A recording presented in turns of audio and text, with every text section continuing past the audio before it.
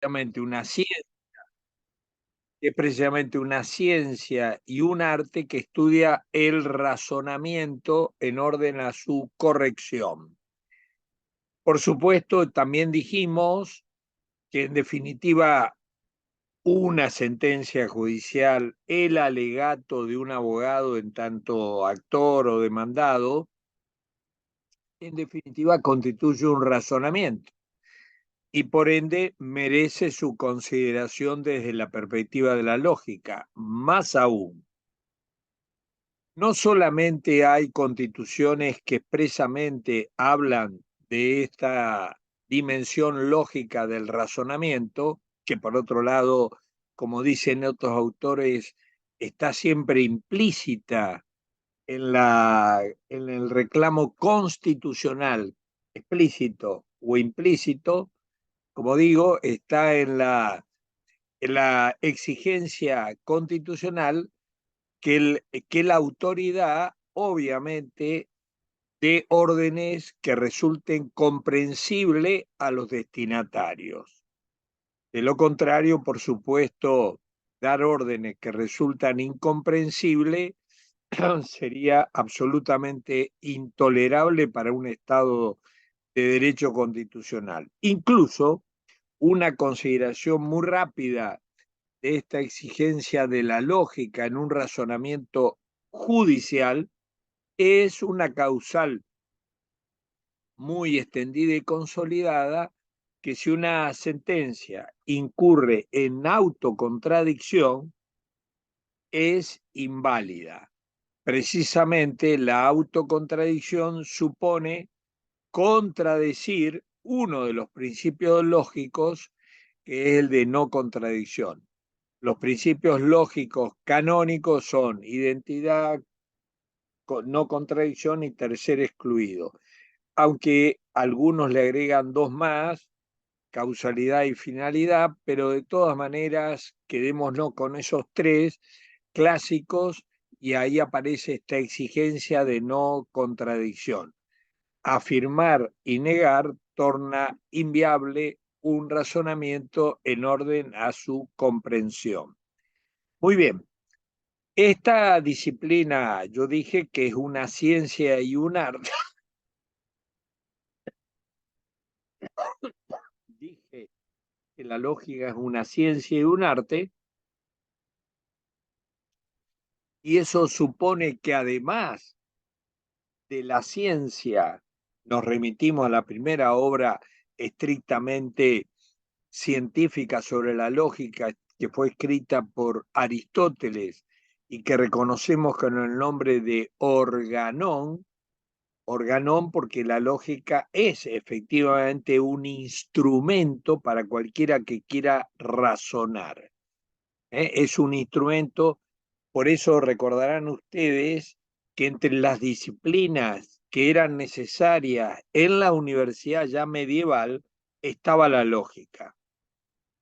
Estaba el trivium, después, bueno, se amplió, pero una de esas disciplinas, de las tres disciplinas originarias, era la lógica. Y como dije, una ciencia, pero también es un arte, porque obviamente, aunque no sepamos nada de la ciencia, aún aquellos que ignoran totalmente la ciencia, apelan a, por ejemplo, deducciones, inducciones, procuran no contradecirse, etcétera, etcétera. Muy bien.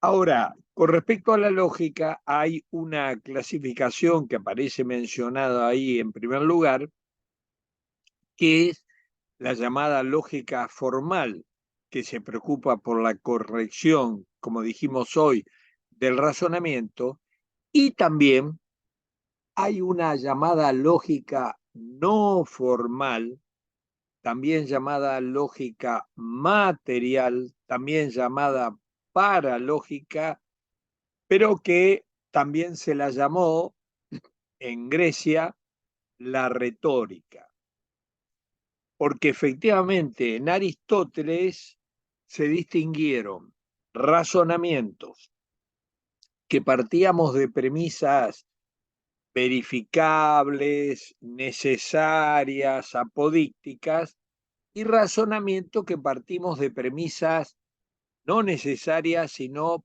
probables, verosímiles, plausibles.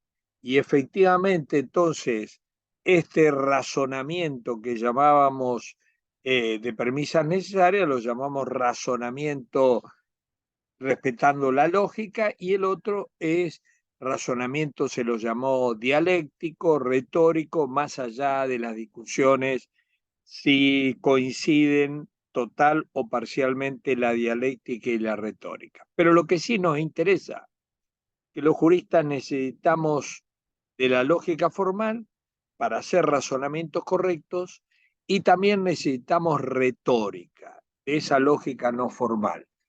¿Y de qué se ocupa? ¿Qué le agrega la retórica, la lógica no formal a la lógica formal?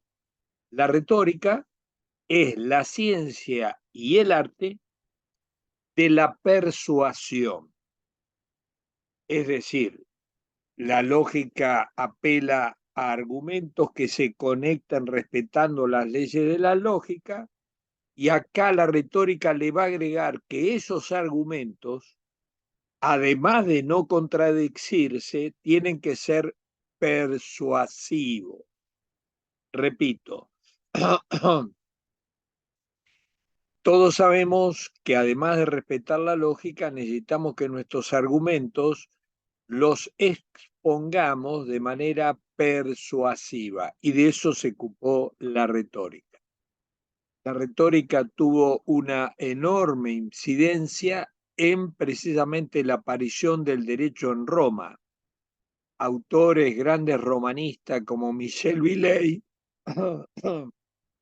justamente dice que la retórica posibilitó en Roma, no en Grecia, en Roma, dado que en Roma había un pueblo dispuesto a negociar, a acordar, y ese pueblo, los antiguos romanos, que tienen enormes coincidencias con los actuales romanos o italianos, ese pueblo de algún modo contó el auxilio de la retórica para acordar y superar las discusiones, los problemas jurídicos, ¿no? La retórica. La retórica entró a la península itálica desde Grecia por el lado de Sicilia, que integraba la Magna Grecia. Justamente, así como dijimos que el primer tratado, libro de la ciencia de la lógica es Aristóteles, el Organón, también en Aristóteles encontramos el primer libro, no el primer libro que reconocemos, más allá que pudo haber existido algún otro antes, el primer libro que contamos nosotros es con el libro que se llamó de Aristóteles, Retórica también. Bien, hecha esta aclaración, respeto para que tener un razonamiento formal, la lógica, argumentos expuestos de manera persuasiva, retórica, y como decíamos, lógica formal, lógica no formal, sigamos con los demás puntos en esta nuestra última clase. ¿Qué es esto de la voluntad y la razón en el derecho? Bueno, indudablemente el derecho, si bien digo, el hombre, quise decir, el hombre es un animal social. Por ser un animal social, en la vida social también se le exige política, en el sentido que se le exige a la sociedad organizar el ejercicio del poder para que esa sociedad sea posible, ¿no? Se necesita una cierta organización, por eso decimos que el hombre es un animal social, consiguientemente político y consiguientemente jurídico. Aparecen problemas jurídicos, Ahora bien, este carácter humano del derecho, de la vida social, de la vida política y finalmente del derecho, este carácter, digo, este carácter humano, quise decir, este carácter humano, como digo, de la vida social, de la vida política y finalmente de la vida jurídica, incluye y no se interroga si el derecho es el fruto de la razón, de la voluntad o de las dos facultades incluidas, ¿no? Esa es un poco la duda. Y quizás, ¿usted qué piensan? ¿El derecho es fruto de la razón, de la voluntad o de las dos facultades?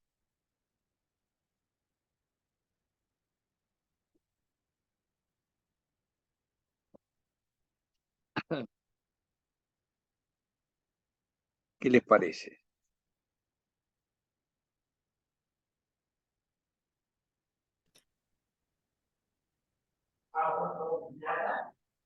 ¿Cómo? ¿De Ra- ambas? De ambas. ¿Y conocen algún autor que diga que el derecho es solo fruto de la voluntad?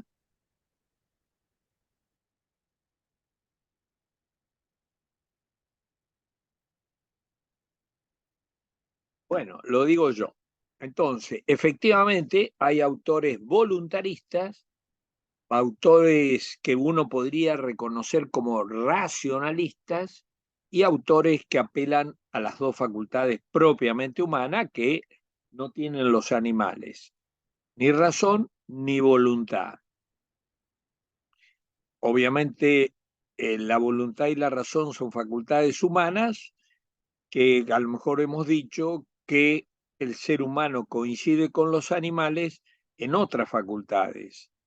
El ser humano con los animales coincide en el apetito, pero no el apetito como se llama espiritual de la voluntad, que es el querer, con la posibilidad de ser guiada por la razón. Eso no tiene el animal. Y también los seres humanos tenemos apetitos sensibles, es decir, nos atrae una comida, nos atrae, la queremos a la comida, etcétera. Eso es el apetito sensible de las cosas que están ahí individualizadas en la experiencia. Y también tenemos conocimiento sensible que nos proveen los sentidos, ¿eh? Pero bueno, estas dos facultades son propiamente humanas, por eso se las llama facultades espirituales, algo así. El voluntarismo es, por ejemplo, el voluntarismo jurídico es la propuesta que hizo Kelsen. Kelsen expresamente reconoce que la creación y aplicación del derecho, que son asimiladas en Kelsen, el que crea aplica y el que aplica crea, y por eso llegó a decir Kelsen que la diferencia entre la creación del legislador y la creación del juez es una diferencia meramente cuantitativa, no cualitativa, porque tanto el juez como el legislador crean, y crean los dos por medio de la voluntad. Esto que puede llamar la atención de que la creación del derecho en manos del legislador y también del juez sea meramente voluntad, lo podrán ustedes ver porque genera así intuitivamente cierta resistencia, desconfianza a veces a mi palabra. Lo pueden ver en la teoría pura del derecho, allá al final cuando habla de interpretación jurídica, en la teoría pura del derecho Kelsen, aparece ahí un título, el acto de interpretación jurídica, como un acto de conocimiento o de voluntad. Y la respuesta a esa alternativa que nos brinda Kelsen es que es de voluntad, no de conocimiento. ¿Ok? Lo digo, lo consigno porque seguramente hay muchos que desconfían de mi palabra, que a lo mejor lo que puedo hacer, estar haciendo es engañarlos o algo parecido. Pero bueno, es un voluntarista. En el caso de otras teorías, por ejemplo, el positivismo, aquel del siglo XIX, el positivismo legalista del siglo XIX, decimonónico, ellos confiaron en que el derecho lo creaba solo el legislador. Creación, la voluntad general del legislador, Rousseau, etcétera. Entonces, la creación era fruto de la voluntad del legislador. Y luego la aplicación a cargo de los jueces era fruto solo de la razón lógica, un silogismo, una estructura de la lógica. ¿Se entendió? Se separaba creación y aplicación. La creación por la voluntad, la razón silogismo. Ahora bien, si vamos a autores ya estrictamente de los últimos siglos del siglo XX, en tiempo del Estado de Derecho Constitucional, probablemente tengamos que reconocer ahí que los autores tales como Alexi, advertimos en Alexi, quizás por su impronta kantiana, una especie de predominio de la razón. Es decir, lo que piensa Alexi es que el derecho correcto debe crearse por medio de un diálogo que se someta a las reglas de la razón. Esta absorción de la voluntad por la razón, en el caso de Alexis, la razón dialógica, esta absorción no nos puede sorprender porque en definitiva esto es lo que postuló Kelsen. La buena voluntad, lo que postuló Kant, perdón, la buena voluntad es la voluntad que se somete al imperativo categórico de la razón pura, ¿no? Pero bueno, digo cómo esta tensión entre razón y voluntad no es caprichosa. Por otro lado, si vamos a Ferrajoli, de algún modo ahí también se repite aquello del siglo XIX. La voluntad crea el derecho, la razón es en manos de los jueces el que la aplica. Si bien en el caso de Ferrajoli, con cierto eclecticismo, dice que los jueces, si bien en ellos la facultad que tiene que los legitima es el saber y no el poder, la voluntad, considera Ferrajoli que hay siempre un cierto resabio de los jueces, que es el poder, que es la voluntad, que es la elección, que es la libertad, que es fuente de deslegitimación del juez. Es decir, Ferrajoli querría que haya una pura razón, un silogismo estrictamente con respecto de la lógica, como se postuló en el siglo XIX, y que la voluntad dejarlo, el poder, el ejercicio del poder, dejarlo en manos, no del poder judicial, sino del poder legislativo y constituyente. Bien, los que postulan que se requieren las dos facultades es el pensamiento clásico, Aristóteles, razón y voluntad. Es decir, el juez cuenta, por un lado, con la razón. ¿Qué le indica la razón?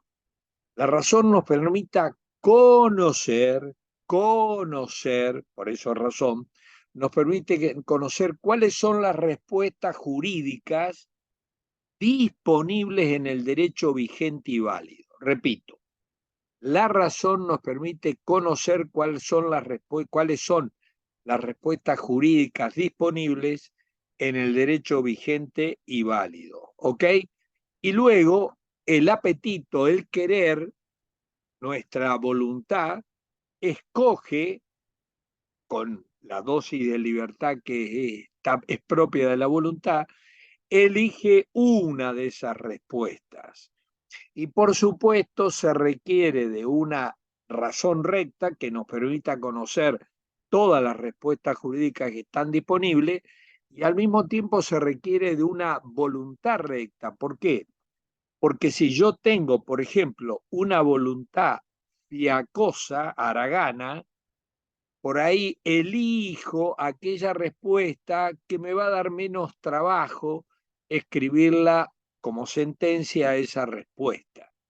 O si, por ejemplo, yo tengo una voluntad temerosa, cobarde, etcétera, esa voluntad va a orientar que la elección sea en favor de la alternativa que no me va a generar problemas. ¿Se entendió?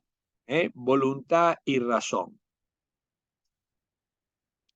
No he mencionado otras facultades humanas que obviamente el ser humano tiene como tienen los animales, que son las emociones, los afectos, las pasiones, como se quieran llamar, porque podemos llegar a reconocerlo, por lo menos en alguna escuela, como sinónimo, pasión, emoción, afectividad.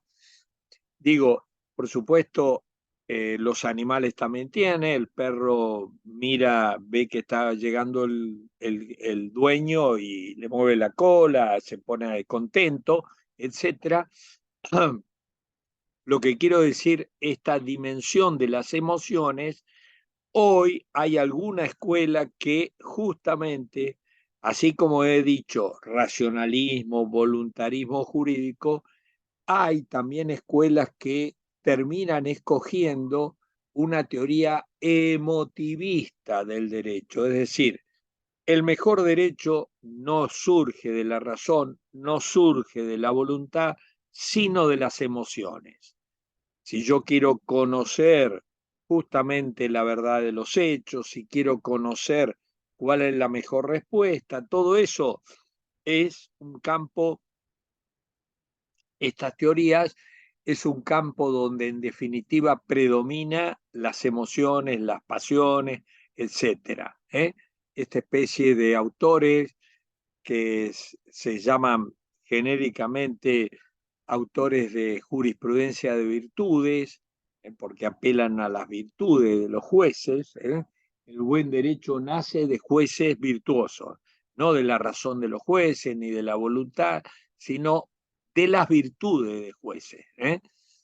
Bueno, todo este capítulo de Solum, autores como Solum, Solomon, Marta Nussbaum, etcétera, etcétera, que justamente hablan de la relevancia de este campo emocional por parte de los juristas. Todos hoy en día seguramente están advertidos de las nuevas inteligencias de las que habla Gardner, y entre ellas la inteligencia emocional, etcétera, etcétera, etcétera. ¿Ok? Más o menos comprendido este panorama variado que remite a lo que creamos del ser humano, ¿no? A lo que pensemos que cuáles son las facultades del ser humano y el espacio que tienen esas facultades. No sé si al respecto hay alguna pregunta de ustedes, de Carolina, o algún agregado, etcétera. Doctor, ¿dónde lo Sí, agregaría usted a Cueto Rúa cuando él dice de que los jueces, bueno, si saben derecho mejor, pero que es mejor que no, sean a jueces? ver, vos sabés que Cueto Rúa más bien fue, fue formado y enseñó a jueces norteamericanos. Él estuvo allá viviendo y se formó también en una universidad norteamericana del sur de Estados Unidos, y ahí formaba jueces. En buena medida su teoría, el libro La Fuente del Derecho, bueno, sus libros sobre este tema, en buena medida me parece que están marcadas por la principal escuela norteamericana, que es la llamada jurisprudencia sociológica norteamericana, realismo jurídico norteamericano, no realismo escandinavo ni realismo clásico. Realismo.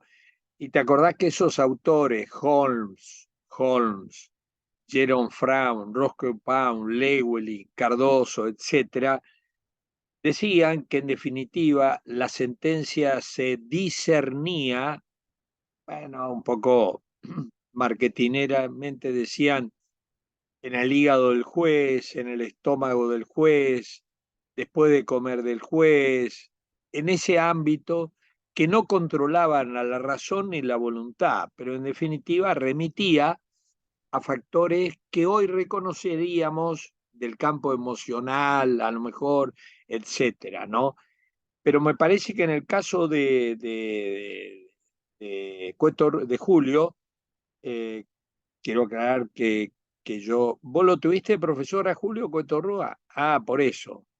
Bueno, yo lo llevaba a dar clases justamente porque me parecía interesante con ese currículum que todos reconocíamos en Julio, pero bueno, a mí me parece que la obra de Cueto Rúa responde más bien a eso, el tema de la fuente del derecho también, responde más bien a esa idea un poco escéptica de las posibilidades de controlar la razón y la voluntad. Me parece, con la Claro, disculpa, pero como él por ahí apuntaba, por supuesto, dentro de su realismo, no hablaba de virtudes, pero sí no. hablaba de un virtuoso de alguna manera, o sea, Eh, a reconocer de que los jueces no fallan estrictamente con la razón, apuntaba que tenían que ser buenas personas, no desde desde la concepción sí, de la virtud, digamos. pero por eso digo, coincidimos, incluso más. Esa es una noción muy arraigada que también está en Har, porque Har cuando dice, Har dice, el derecho es un sistema de reglas. Las reglas generan casos fáciles y también casos difíciles. Bueno, respecto a los casos fáciles, aplicamos la regla y punto. ¿Qué hacer con respecto a los casos difíciles?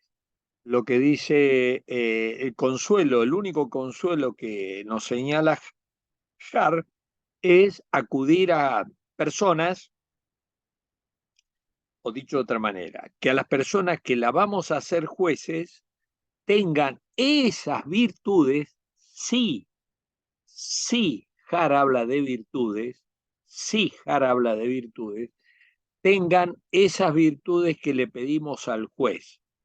Razonabilidad, atención a las consecuencias, y menciona una serie de repertorios de virtudes. En una palabra, Hart pensaba que la discrecionalidad era inevitable, la creación del derecho en manos de los jueces, y para que esa creación judicial del derecho no sea la mejor posible, había que designar a jueces a personas virtuosas, ¿no? Pero, pero a mí me parece que en estas escuelas, tanto en Hart como en Julio, me parece que faltaba una visión antropológica más rigurosa, con las categorías que reconocemos en la antropología, en fin, que hemos estudiado allá en Europa continental, ¿no? Entonces, o en la tradición. Por eso digo, toda esa escuela ¿cómo se llama?, de Julio Cueto Rúa, era aquello que las normas son juguete en manos de los jueces, que el jurista, en definitiva, su oficio consistía en adivinar lo que haría el juez, adivinar lo que haría el juez, y por eso había que estudiar al juez, pero no respecto a lo que sabía de derecho, sino estudiarlo en su dimensión social, cuáles eran sus amigos, dónde había estudiado, cómo andaba el club al que concurría, cómo andaba con la patrona, el ambiente interno, todo eso, en definitiva, ahí se gestaba la decisión, ¿no? Pero una cosa más, me parece, menos rigurosa, digo, ¿no? ¿Ok? En cambio, los autores que estamos hablando, el caso de Amalia Maya, etcétera, que es una autora que hoy en día está allá en Escocia, en Edimburgo. Digo esto porque no sé si te comenté, ella se encargó también de presentarme en mi último libro, La razón, la, la reconciliación del derecho con la razón y las emociones, y, y ella es una militante adscripta a la jurisprudencia de virtudes, y de algún modo lo que mencionó la presentación, que no sabía mucho del pensamiento clásico y que en definitiva reconocía la posibilidad de hacer una agenda común, ¿no? Pero bueno, nada, eso es lo que se me ocurre decirte. ¿Ok? Bien, Bueno, gracias. no sé si hay alguna otra pregunta con relación a este tema. ¿Eh? ¿Alguna otra pregunta? Si no, entro ya a los temas ahí que aparecen ahí en la filmina esta, ¿no? Falacia. A ver, ¿por qué corresponde estudiar las falacias en el campo de la lógica, en el análisis lógico del razonamiento jurídico? ¿Por qué? Porque, bueno, la falacia es un razonamiento incorrecto que parece correcto. Es decir, de algún modo, la falacia genera un engaño en el destinatario, dado que estima correcto lo que en realidad es incorrecto. La falacia no necesariamente habla de una intencionalidad de engaño. No es necesario eso. Más aún, algunos le ponen otro nombre a la falacia cuando la falacia se realiza con la intención de engañar. Ahí se la llama sofisma. Pero bueno, más allá de la intención, lo cierto es que en definitiva, en el lenguaje ordinario, pero también en las sentencias judiciales, es muy común encontrar falacias. ¿Cuáles falacias son las más comunes que encontramos en sentencias judiciales, al menos argentinas? En el Departamento de Derecho Judicial hemos estudiado este punto y hay algunas tesis sobre este punto, tesis de maestría, y yo diría, en primer lugar, una de las falacias más comunes que cometemos los jueces es la falacia llamada de atinencia. ¿Cuál es la falacia de atinencia?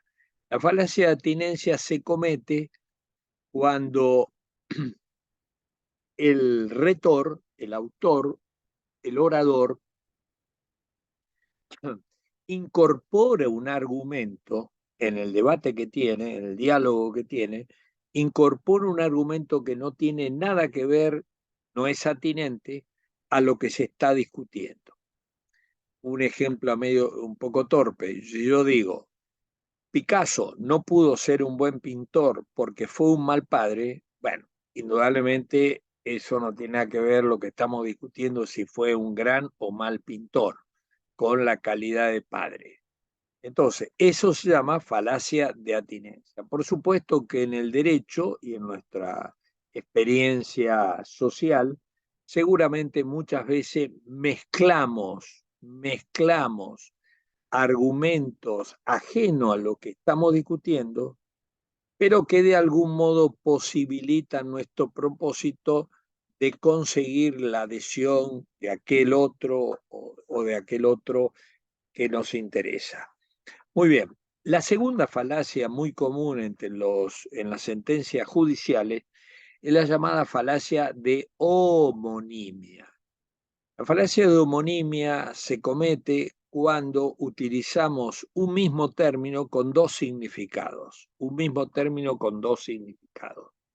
Y entonces eso provoca que el destinatario pueda adherir a lo que nosotros pretendemos. Supongamos que yo diga, Juan es hombre, Juan es hombre, pero usted tiene que, lo voy a decir como si fuera un orador, pero Juan, digo, Juan es hombre, pero ustedes tienen que saber que hombre también es una especie. Por ende, si Juan es hombre y hombre es una especie, yo puedo concluir que Juan es una especie. ¿Se entendió? Ahí, ¿cuál es la palabra que estoy usando con dos significados? Hombre. Hombre, exactamente. Lo estoy predicando a hombre de Juan y de especie.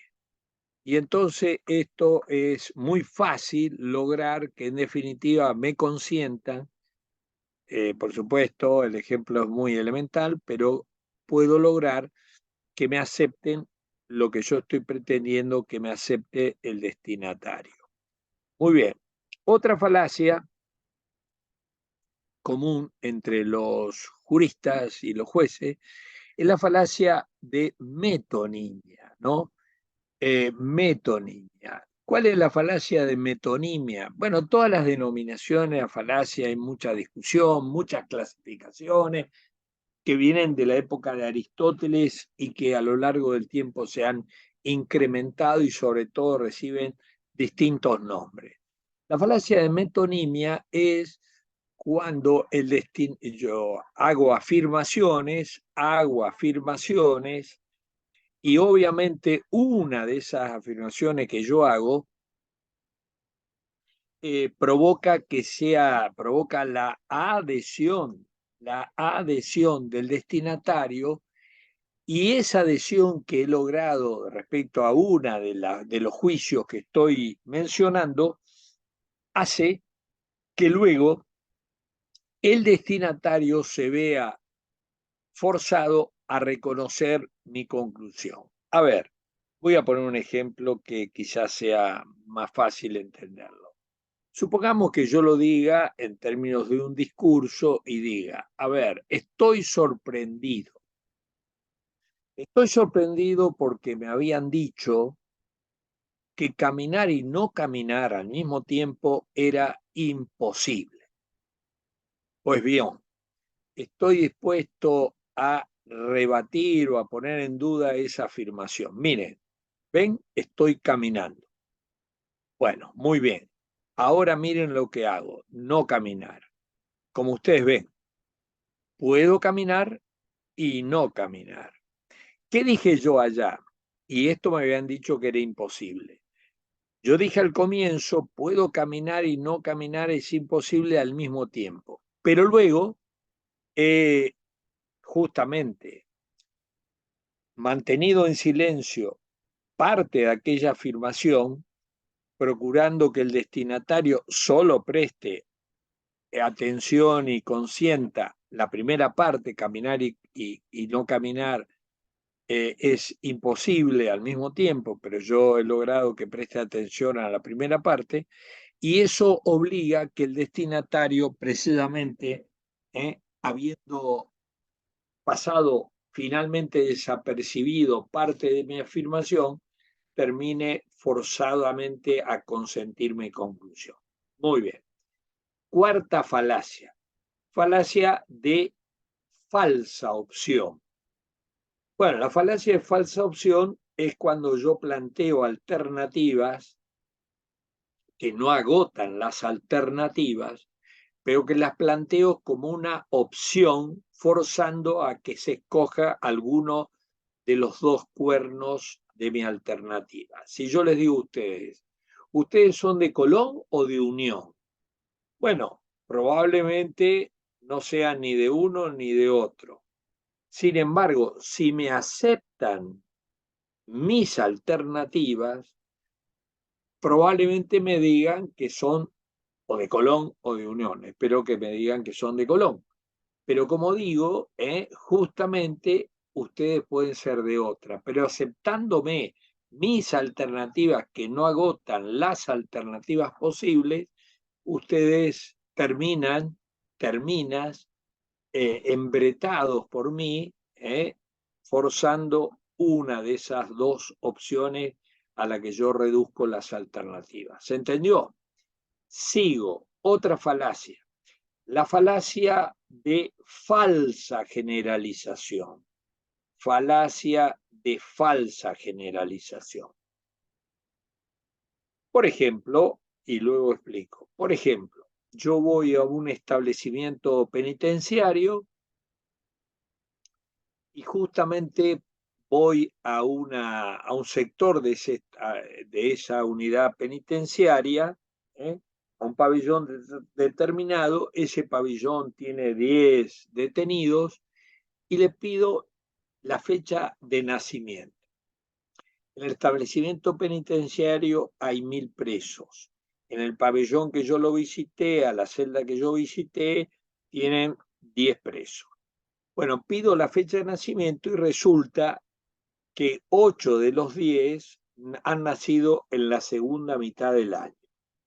Bueno, a partir de esta constatación, yo formulo una regla que podría ser: cuidado con los que nacen en la segunda mitad del año, que tienen el 80% de posibilidades más de terminar detenido que los que nacen en la primera parte del año. ¿Se entendió? Bueno, sin duda, más allá que no estoy mintiendo, lo que sí estoy violentando las reglas de las estadísticas, porque la muestra a la que yo he recurrido carece del rigor que exigen las estadísticas como disciplina científica. ¿Se entendió? Entonces, yo digo, valiéndome simplemente de lo que he constatado en esos 10 detenidos del, ¿cómo se llama? Del pabellón de la cárcel que he visitado, digo, violento las reglas de la estadística y concluyo de una manera, como digo, falsa, en tanto violo las reglas de la generalización o las reglas de la estadística. Otra falacia es la falacia de autoridad. Bueno, indudablemente esto también aparece en el lenguaje seguramente corriente, porque yo digo, bueno, y lo que yo estoy sosteniendo lo sostiene, y menciono 2, 3 autoridades, será según el tema al que me remito, pero sin duda la autoridad no me da, no me respalda en términos de verdad necesariamente. Entonces, más allá de que invoque esas autoridades y pretendo con eso dar por concluido el debate, bueno, lo que sabemos es justamente que esto viene también de la antigüedad, que el argumento de autoridad es un argumento débil, porque la autoridad aún, incluso una autoridad puede ser pacífica, en el sentido que está avalada por los autores que han debatido sobre ese tema, en sí mismo no es concluyente, no es concluyente. Como vemos, yo pretendo dar por concluido porque he alcanzado la verdad, dado que está respaldada lo que propongo como verdad con esos autores. Y eso es justamente falaz. Bueno, hay muchas otras falacias, supongamos, de falsa premisa. La falsa premisa. Supongamos que yo parta de una premisa que ustedes me consienten. Yo sostengo como, por ejemplo, una premisa diciendo: los jueces que hablan muchas lenguas son buenos jueces. Y luego digo, Juan juez habla 10 lenguas. Y lo puedo acreditar, ¿no? Si me han consentido aquella premisa, indudablemente construyendo un silogismo, voy a concluir que Juan juez es un buen juez. Indudablemente he respetado las reglas del razonamiento, pero, siendo la premisa falsa, yo no puedo pretender que la conclusión sea verdadera. Si es verdadera será por casualidad, pero no por respeto a las reglas de la lógica. de premisas falsas, yo no puedo pretender conclusiones verdaderas. ¿Se entendió? ¿Eh? De la misma manera, existe el silogismo de premisa probable, no necesariamente verdadera.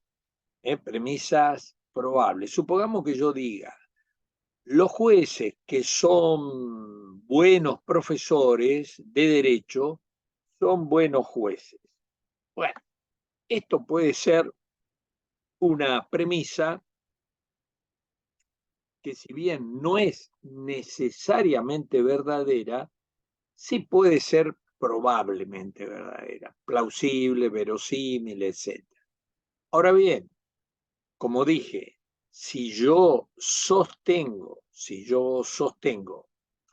que, dado que he afirmado que la premisa, he afirmado el juicio ese de que los que son buenos profesores de derecho son buenos jueces, y luego acredito que Juan Juez se le dio el premio al mejor profesor el año pasado, en los últimos 5 años, bueno, como digo, la conclusión tampoco es verdadera, porque esa primera premisa, me postula algo, me afirma algo que no es necesariamente verdadera, sino simplemente plausible. De premisas plausibles yo no puedo concluir en conclusiones, no puedo concluir en juicios necesariamente verdaderos. ¿Se entendió lo que digo? Bueno, en una palabra, y podríamos seguir mencionando falacias, y luego hay un grupo de falacias, estoy tratando de repasar clasificaciones falacias por el lenguaje, falacias por el respeto, por el no respeto de las reglas de la lógica, falacias por justamente violar la razón en general. Bueno, pero hay también una serie de falacias que se llaman falacias ad hominem, que de algún modo ellas apelan a la carga emocional, a las emociones. Falacia, aquí las falacias son amplísimas, falacias de odio.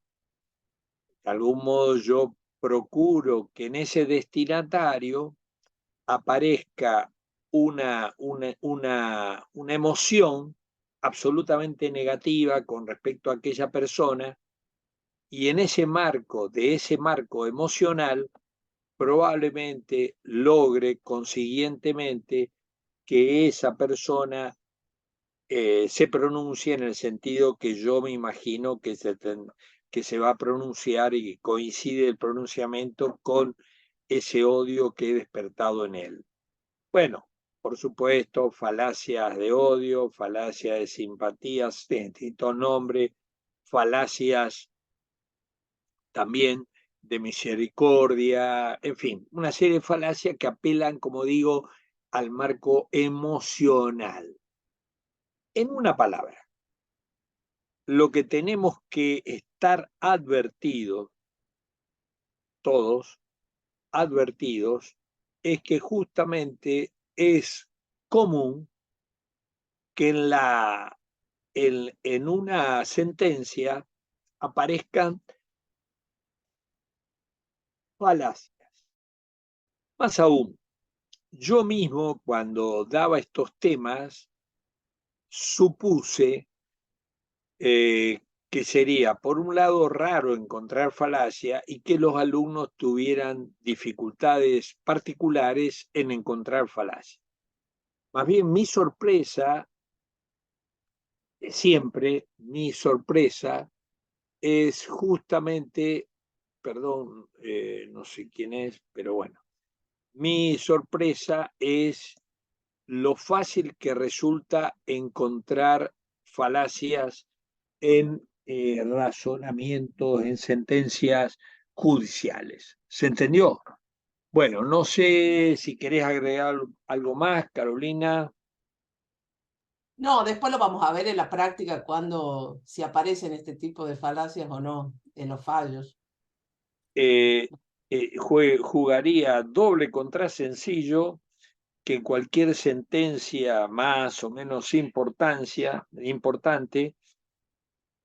ustedes van a encontrarse,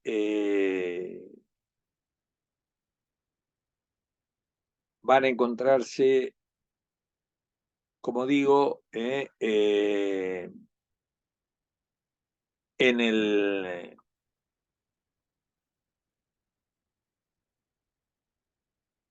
Y sobre todo, doctor, las falacias emocionales digamos, las leemos a diario, sobre todo en los escritos de las partes, ¿no? Y las falacias lógicas sí se dan tanto en los escritos como en las sentencias, pero las emocionales, Sí, eh, pero yo te digo, vos creés que los jueces no cometemos falacias emocionales. Ya tendrás la experiencia cuando llegué a la corte, el trato con tus colegas. Obviamente, para encarar una discusión es muy importante, en fin, el mejor clima.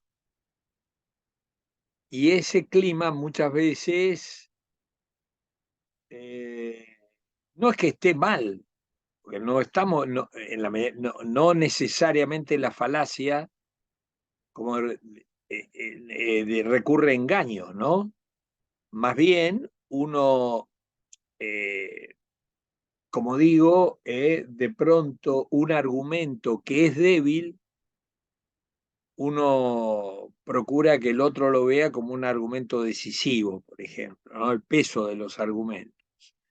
¿Por qué? Porque le pone, lo acompaña con una simpatía particular o una antipatía particular, ¿no? Pero bueno, espero que sigas confiando en que no hay falacia entre jueces. no, no dije nunca, no, no pongo palabras, no sea falaz en la No sea aceleración, no, falaz.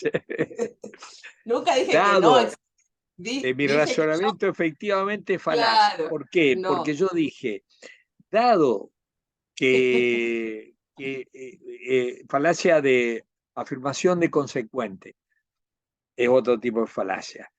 Dado que Carolina afirma que los abogados afirman falacias, yo saqué en limpio, dado esa afirmación de que los jueces, ella piensa que los jueces no cometen falacias.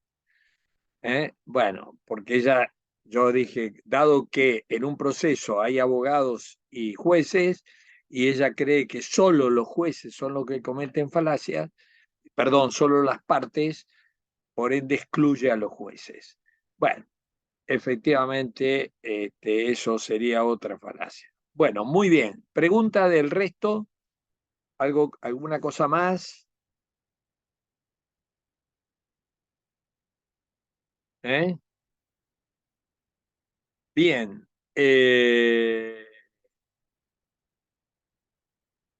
Vamos, vamos a la retórica, ¿no? A la retórica, a esta ciencia y arte de la persuasión. A ver, por supuesto, la retórica, como ya dije, era una disciplina que no nos va, si bien hay, y lo vamos a ver cuando veamos la nómina argumento, hay algún argumento que se lo reconoce con el nombre de argumento retórico, la retórica es más, es una, como digo, toda una disciplina.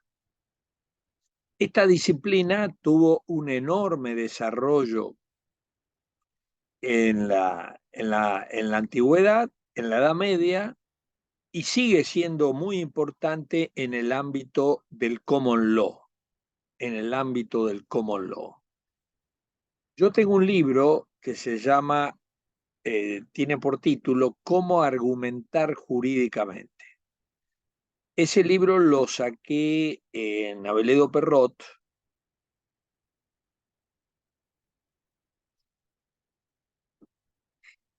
y le incluía ese libro en una especie de apéndice ahí, el índice de un libro muy, muy conocido, difundido, recontra reeditado en Estados Unidos, que es un libro que escribió un juez de la Corte Suprema de Estados Unidos, Scalia, con otro abogado. El título del libro es, si mal no recuerdo, Making Our Cases. Pero el subtítulo de ese libro, que no tiene, hasta donde yo conozco, todavía traducción al español, el libro lleva por subtítulo El arte de la persuasión judicial. Bueno, ustedes se dan cuenta que es algo llamativo. Primero, que no esté todavía traducido un libro que es muy importante, ¿no? Pero al mismo tiempo puede llamarnos más la atención, pienso, justamente darnos cuenta que es un juez de la corte que escribe un libro con un abogado en donde intenta enseñar a qué arte tienen que recurrir los abogados para persuadirlo a los jueces, siendo él juez de la Corte Suprema. ¿Se entendió? El arte de la persuasión judicial. Y en el índice ese que yo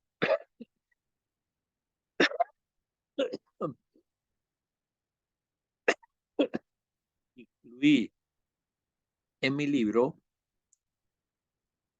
en ese índice, es un índice que tiene, no recuerdo si tiene como 135, como 135 tips, digamos, recursos justamente recursos para persuadir a un juez.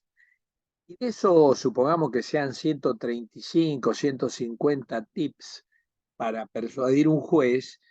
Yo diría, el 80% de esos recursos todo el mundo los conoce.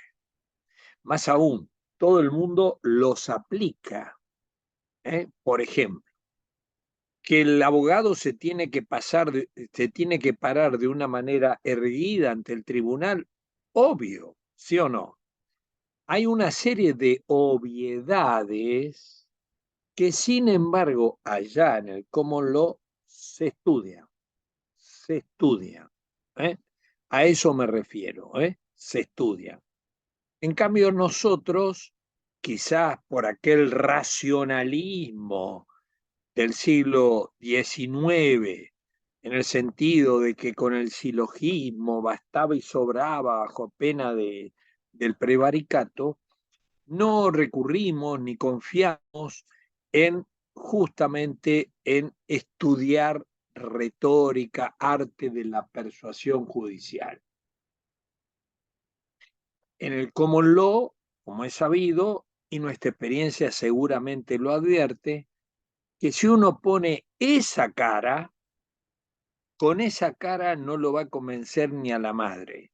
¿Se entendió? De eso se trata la retórica. ¿Ok? Una ciencia y un arte de la persuasión. En la retórica hay tres elementos. Está el retor u orador, el discurso y el auditorio. Ahora, el orador jurídico, obviamente, lo habitual que un orador jurídico tenga enfrente otro orador. En la retórica de Aristóteles, la retórica distingue tres géneros retóricos. Bueno, casi todo el mundo conoce la clasificación del discurso que nos traía Cicerón,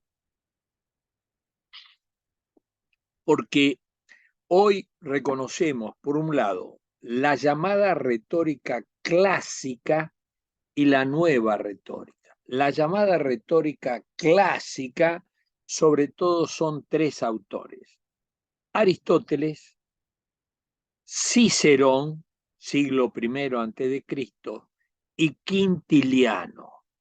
Y siglo IV antes de Cristo, siglo, como decíamos, primero antes de Cristo, y Quintiliano Quintiliano, siglo primero después de Cristo. ¿Eh? Eso es la retórica clásica. Bien, y en particular hoy hay toda una corriente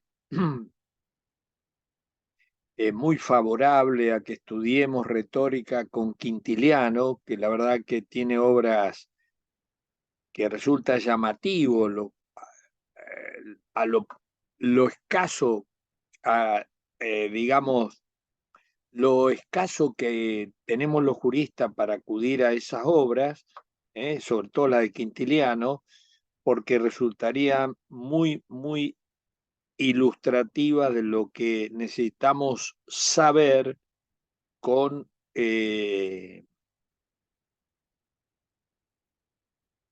con necesitamos saber. Bueno, entonces está la vieja retórica, la antigua retórica, la retórica clásica, como la queramos llamar, y la nueva retórica. La nueva retórica es una escuela que surge alrededor de la década del 50 y se le atribuye la paternidad de la misma a un autor de origen judío que emigra de Israel,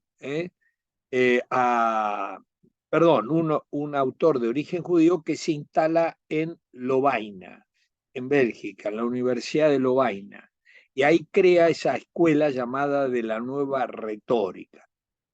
Y sin duda, como digo, la retórica se constituye en una disciplina, la vieja y la nueva, en una disciplina particularmente, digamos, útil. Estaba leyendo una de las críticas que le hacía Tienza a Ferrajoli de acudir a conceptos blindados en la nueva retórica. ¿Por qué? Porque Ferrajoli utiliza conceptos que de algún modo cuando uno cuestiona ese concepto, él lo remite a una de las 4 disciplinas que reconoce que forman parte de la ciencia jurídica. Teoría del derecho, sociología jurídica, dogmática y filosofía de la política de la justicia jurídica, 4 disciplinas que integran la ciencia jurídica. Entonces utiliza esta posibilidad de blindar conceptos, porque cuando uno ataca dice, no, pero eso yo lo dije en el campo de la sociología, no de la teoría del derecho. Eso lo dije en el campo de la dogmática, no de la filosofía política, etc.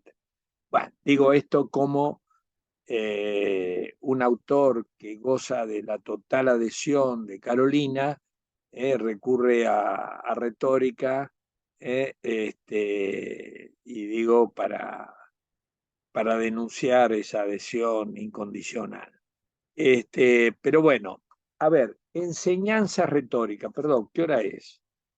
Bueno, si quieren, hacemos un descansito, Carolina, ¿te parece o no? Sí, me parece bien si digo que no me matan los chicos, pero le quiero Bueno. decir que no dijo quién es el autor de la nueva retórica que Ah, no llegó dije, a tenés México. razón, Claro, Perelman. faltó ese, claro, faltó ese Un detalle. detalle, un detalle. Perelman, efectivamente. Perelman es este autor con una sola N final, que es el que me estaba refiriendo. Gracias, Carolina. Bueno, No, hacemos un descansito. ¿Cuánto hacemos, chica? 15 minutos son y 47 y bueno, volvemos Y a a las las 18 5. ¿A y qué hora? 5. Yo decía 18, 13 minutos. Usted dice a las y Bueno, 5, le bueno, acaba de dar 18, su toma. 18, perfecto. A las 18 Bien, decís. sí, 18. Bueno, vale, muy bueno, bien. gracias, doctor.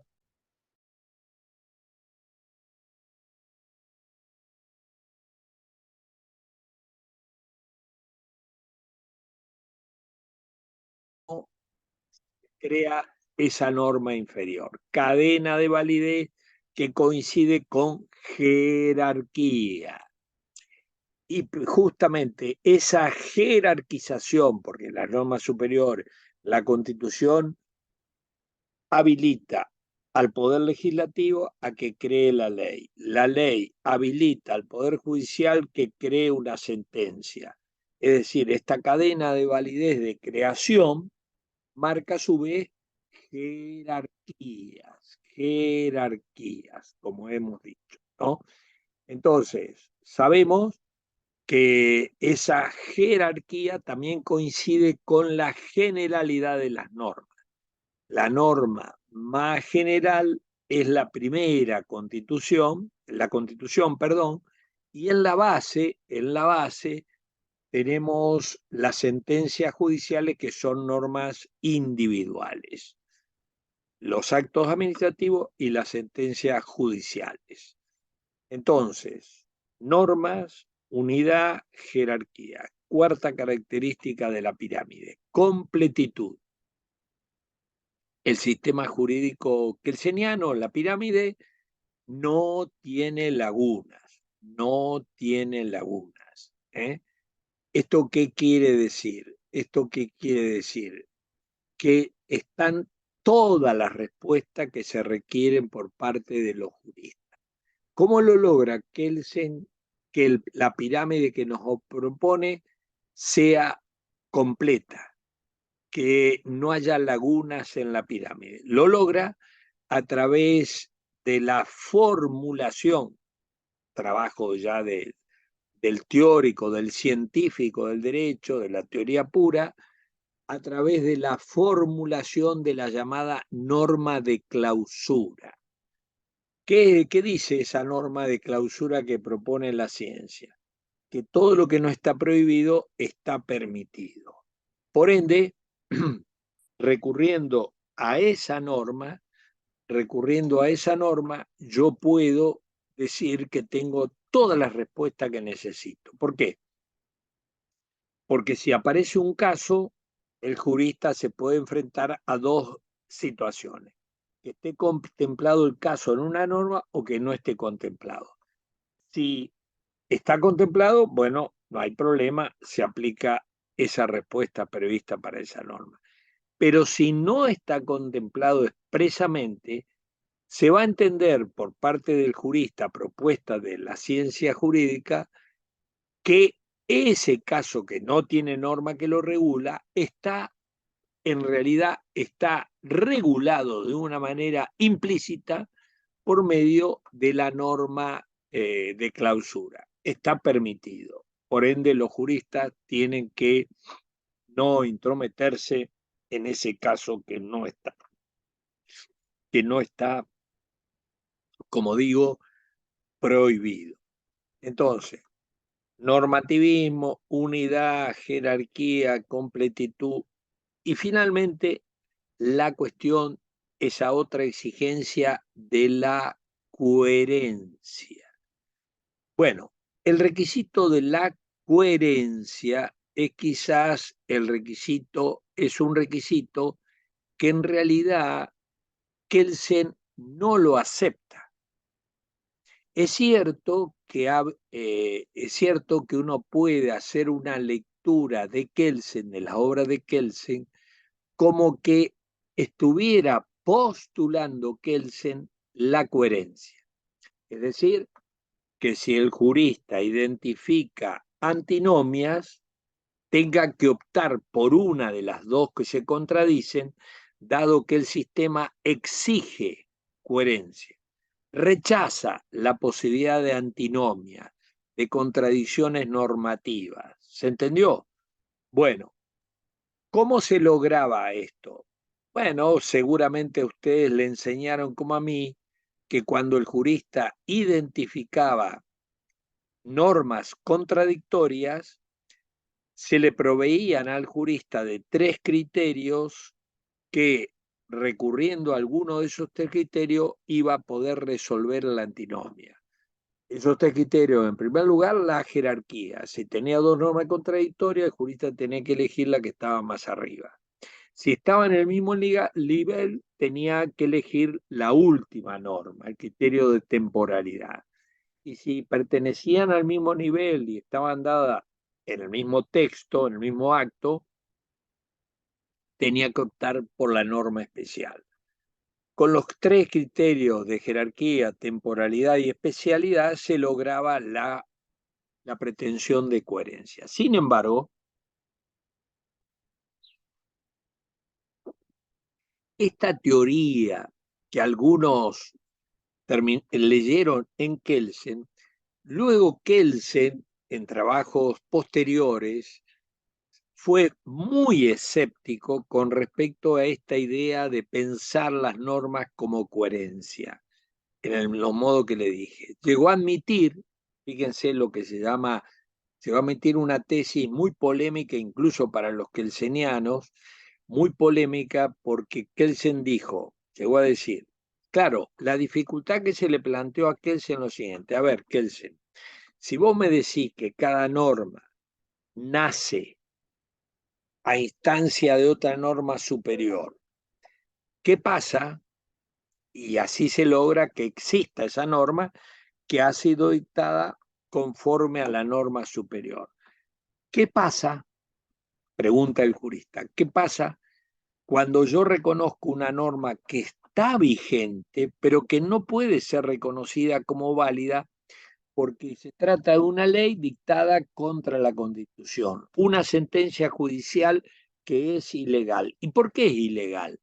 Bueno, puede ser por corrupción, por ignorancia del que lo atendió, del juez que la decidió, pero está vigente. Bueno, para resolver estos problemas, Kelsen inventó, acudió a la llamada cláusula alternativa tácita, que le generó muchos problemas incluso de autores muy kelsenianos como el mismo Vernet. ¿Por qué? La cláusula alternativa tácita, ¿qué llegaba a decir Kelsen? Kelsen dijo, bueno, la norma superior indica cómo, quién va a crear la norma inferior. Pero, pero, hay una norma tácita, esa que indica explícitamente quién y cómo va a crear la norma inferior, y esa norma tácita autoriza al que va a crear la norma inferior al que la cree como le plazca. En una palabra, sin las restricciones que pone la norma superior.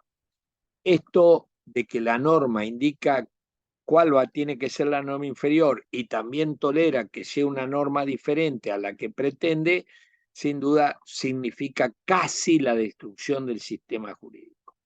Pero bueno, ustedes quédense, olvídense de Kelsen, de esta cláusula alternativa tácita de Kelsen, y quédense, porque generalmente así lo ven, los alumnos, confían en esa visión sistémica del derecho sin antinomias y también confiados que si hay antinomias se va a resolver esas antinomias con alguno de esos criterios o algún otro que se han dado en la doctrina, por ejemplo, el criterio axiológico, el criterio de la competencia, ¿eh?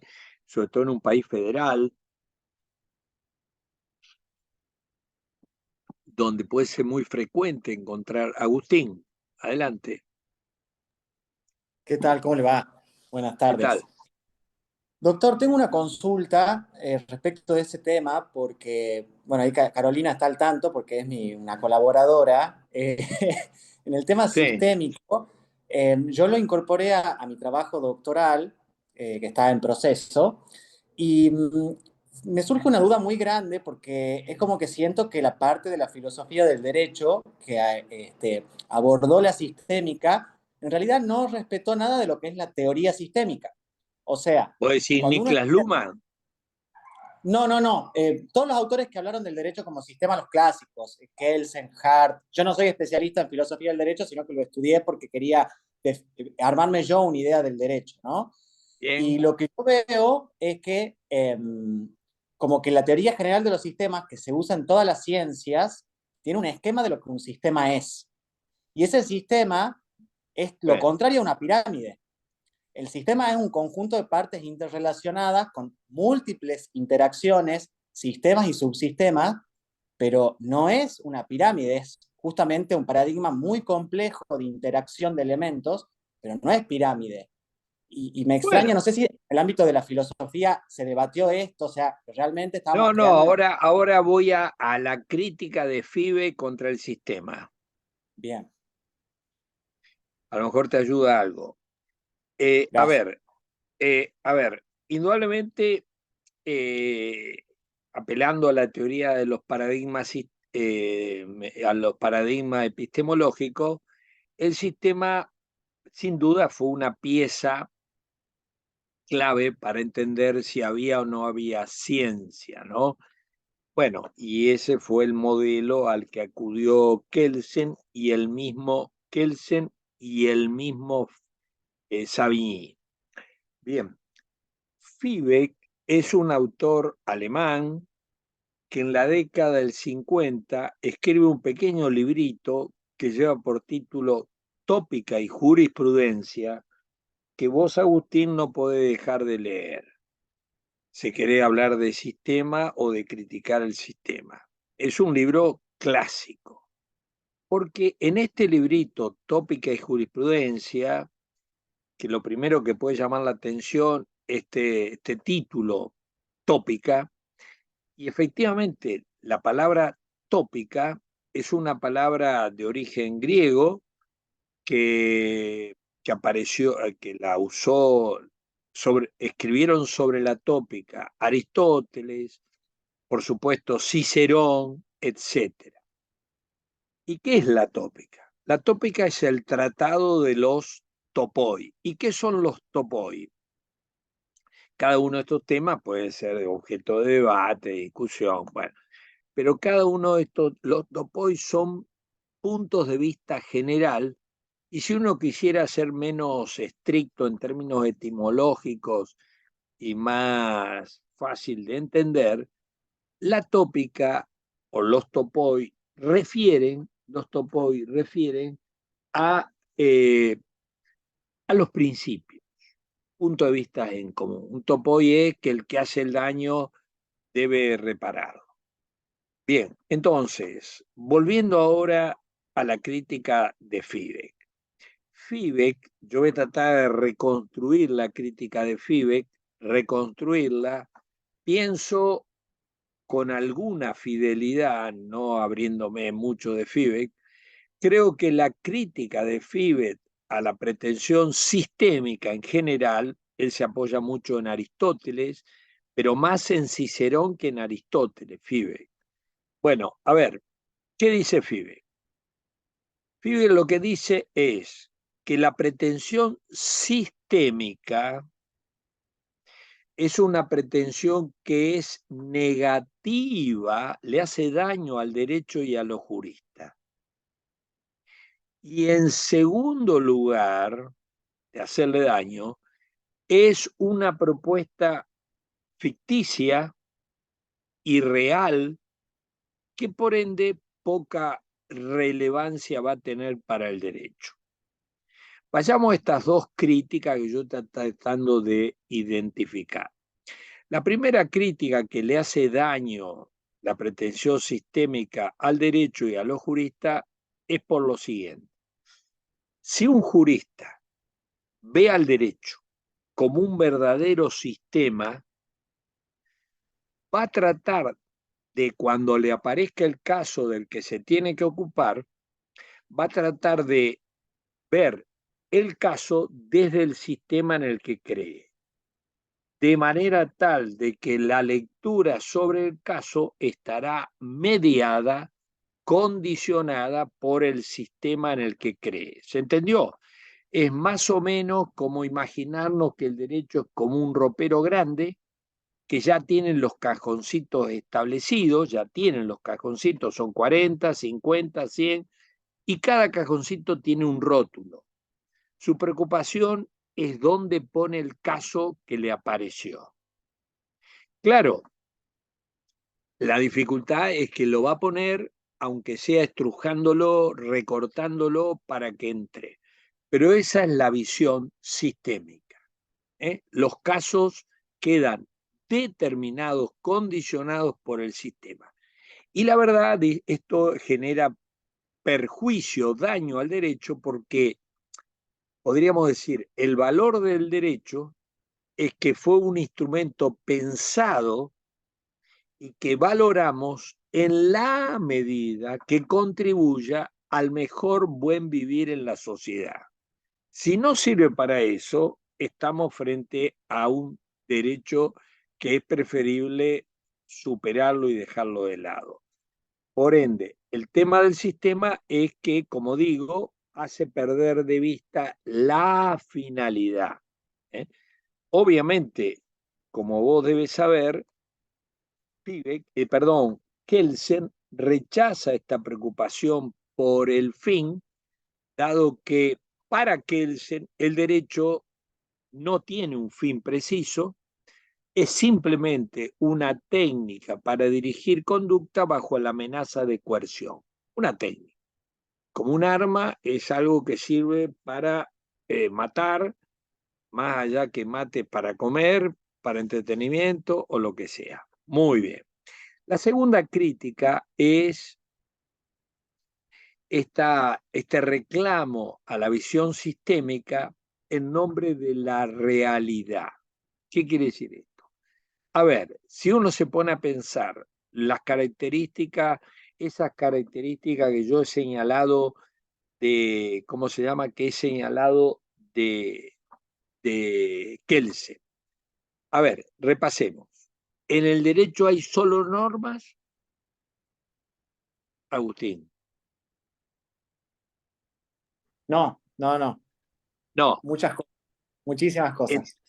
Entonces, como mínimo, principios y valores, si querés, como mínimo. Bueno, entonces, ¿esto qué me pone en alerta? Empezamos mal, porque en el sistema jurídico falta parte del derecho. ¿Qué utilidad va a tener mi biblioteca cuando yo tengo una parte así puesta en los anaqueles y otra parte tirada de los libros al piso?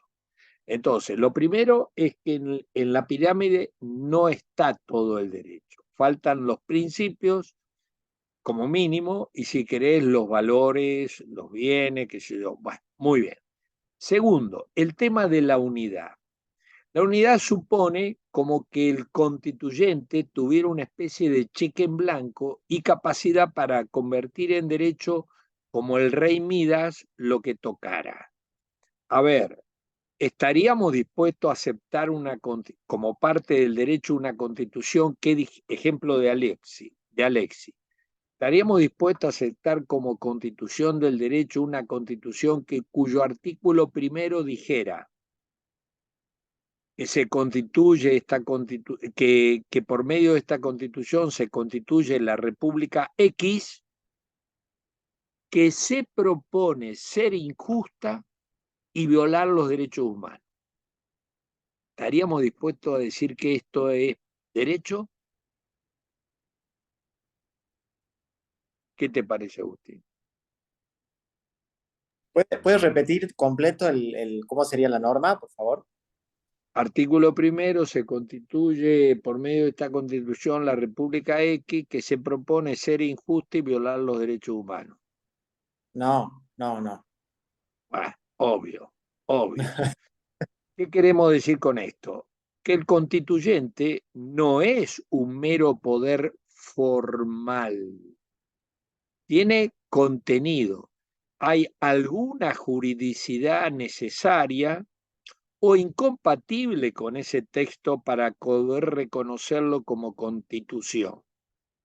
Constitución del derecho, constitución que forma parte del objeto derecho. Por ende, aquella supuesta unidad aparece en problemas. Si vamos a la jerarquía, bueno, tampoco es verdad que hay una jerarquía predeterminada. Por empezar, la presencia de los derechos humanos y los principios dentro del derecho impone una jerarquía móvil a tenor de los casos, a tenor de la respuesta más o menos justa o valiosa, qué sé yo, etcétera, etcétera. Por ende vemos una jerarquía no predeterminada. La idea de la completitud, bueno, también puede ser cuestionada en nombre de la realidad, porque cualquiera que tenga experiencia advertirá que en un tribunal van apareciendo nuevas soluciones, más aún uno puede advertir que cuánto valen qué jerarquía tienen los tratados de derechos humanos. La Corte Suprema dijo al principio que valían como la ley. En el Mejía contra Sofobi dijo que valía más que la ley y menos que la Constitución. Y finalmente admitieron que valen como la Constitución. En una palabra, la jerarquía es algo que se va determinando, como sabemos, derecho a la libertad de expresión, derecho al honor, en este caso va arriba, en otro caso va abajo, etcétera, etcétera, etcétera.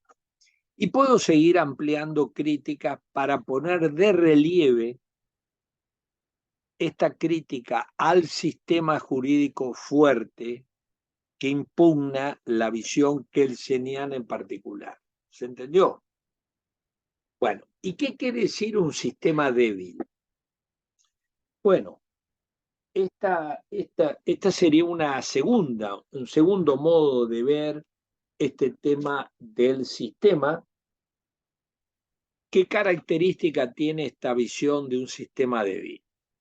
Bueno, la primera tesis que sostendría o suscribiría esta propuesta sería el orden, el sistema, es algo beneficioso para el derecho, no es algo negativo per se, sino algo beneficioso. Por ende, procuremos todo el sistema que permita el derecho sin perder la realidad del derecho. En una palabra, no en aras del sistema marginemos los principios. Entonces, no hay una vocación antisistémica, más bien hay un reconocimiento que el sistema, en cuanto pretende orden, unidad, coherencia, completitud, etcétera, es algo ventajoso. Pero, obviamente, lo que pretendemos es que un sistema que se ajuste al derecho, a las posibilidades que ofrece el derecho. Segundo, claro, en ese sistema, como digo, es un sistema que hay que mirarlo al derecho que vamos a ordenar, lo vamos a mirar desde la jurisprudencia, no desde la ley,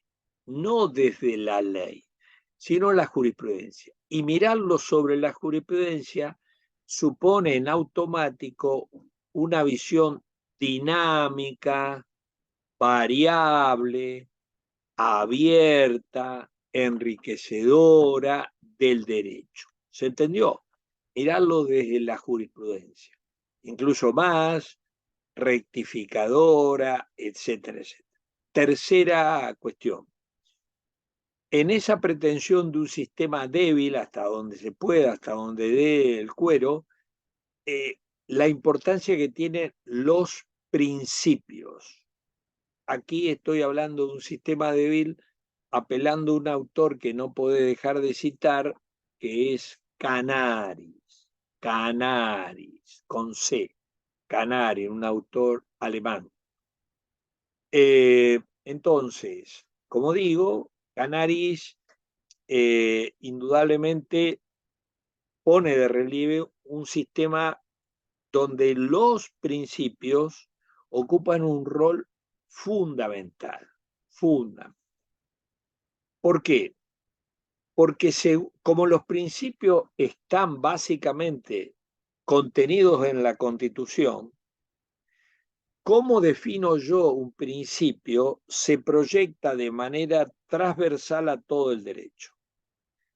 Y en consecuencia, cuando defino principios, yo tengo que tener una cautela, una inteligencia muy, muy significativa, porque por ahí puedo estar definiendo un principio que funciona para ese caso, pero yendo con esa definición del principio previsto en la Constitución a otros casos, puedo encontrarme que esa definición fracasa. Y por ende, por eso digo, entonces, la atención que requiere la definición de los principios, que son contenido moral y forma jurídica, requiere una solvencia, es decir, una preocupación muy, muy especial. No es para cualquiera definir principios. Eh, Otra tesis es que hoy se habla mucho de esto de los diálogos jurisprudenciales.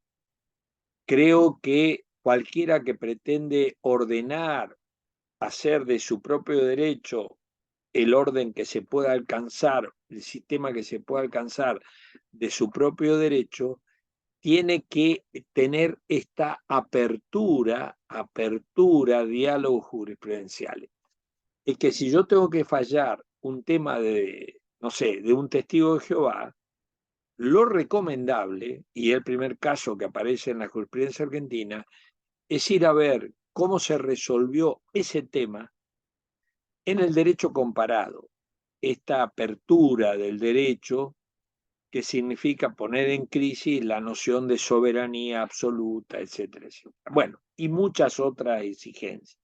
Entonces, como digo, el sistema que va a quedar acá va a ser un sistema débil, abierto, poroso, dinámico, casuístico. ¿Se entendió? Bueno, lo que podamos lograr, admitiendo que el sistema no es algo negativo, sino ventajoso, sin sacrificar la realidad, obvio. ¿Eh? ¿Se entendió? Bueno, esta es un poco la idea. Y la tercera visión sobre el sistema que aparece ahí como pluralidad es porque, sobre todo, las teorías críticas son muy hostiles a la visión sistémica, a la que acusan de precisamente ocultar el conflicto, disciplinar a la sociedad y a los juristas, etcétera, etcétera. Entonces los críticos invocan, incluso se han dedicado a estudiar, en particular algunos autores, Unger, por ejemplo, a estudiar cómo uno constata en un mismo ámbito de validez personal, en un mismo ámbito de validez espacial y en un mismo ámbito de validez temporal respecto a una misma sociedad, en un mismo momento y en un mismo territorio, muchos sistemas que están conviviendo. A ver, cuando vamos a pueblos indígenas en el continente, o pueblo, como se quiera llamar, originario, qué sé yo, indígena o lo que sea. Bueno, ahí advertirá que, a ver, si uno va a cualquiera de los pueblos estos, está muy, muy interesado en el Código Civil, cómo regula la propiedad privada Vélez Sarsfield.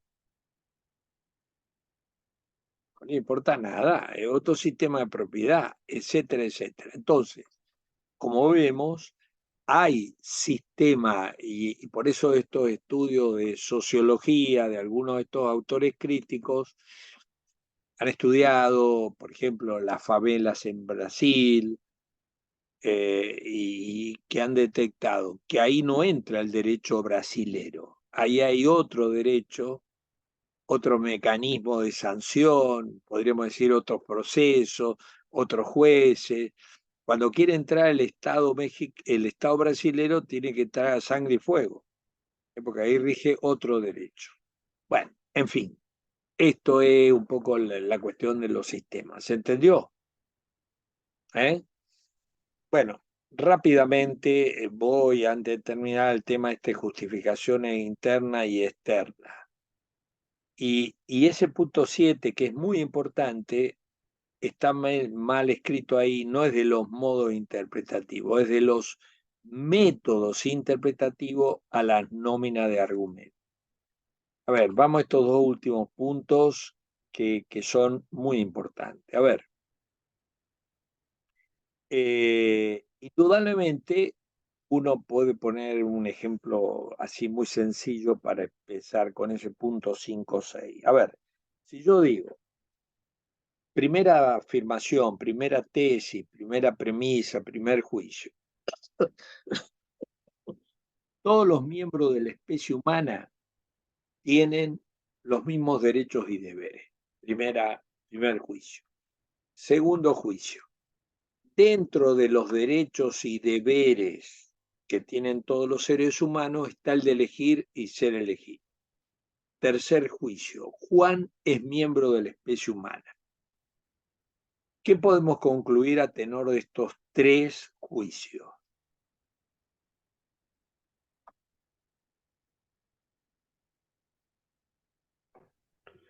Que Juan tiene derecho de elegir y ser elegido. Correctísimo, efectivamente. Ahora le voy a agregar un cuarto juicio.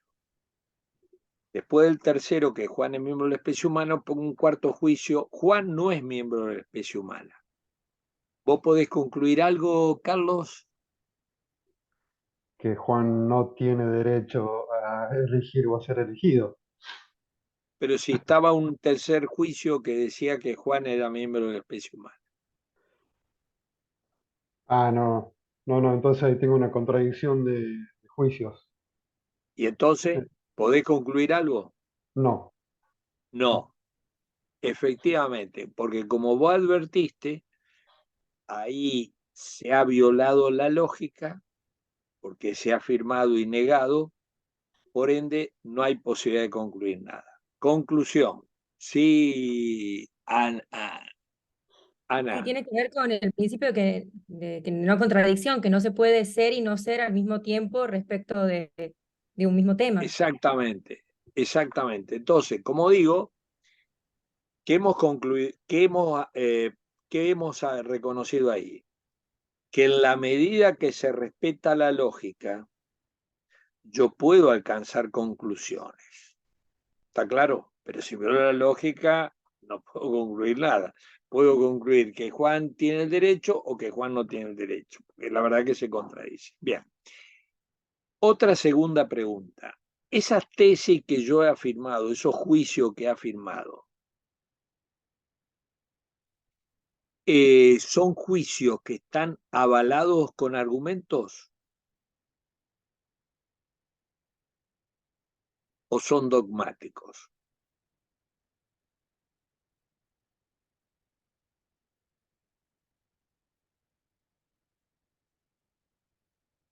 ¿Qué onda? Ana, hay argumentos dados.